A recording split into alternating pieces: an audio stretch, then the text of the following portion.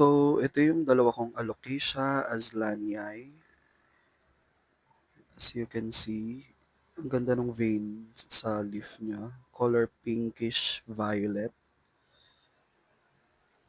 Isa lang 'tong nabili ko kaso naging dalawa siya kasi tumubo sa isang part yung another plant. So, ayan naging dalawa yung plant ko.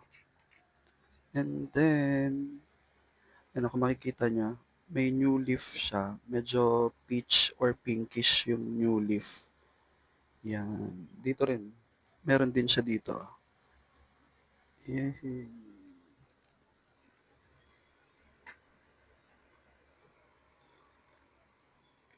'Yan. So, napakaganda ng dahon nila. Look at that.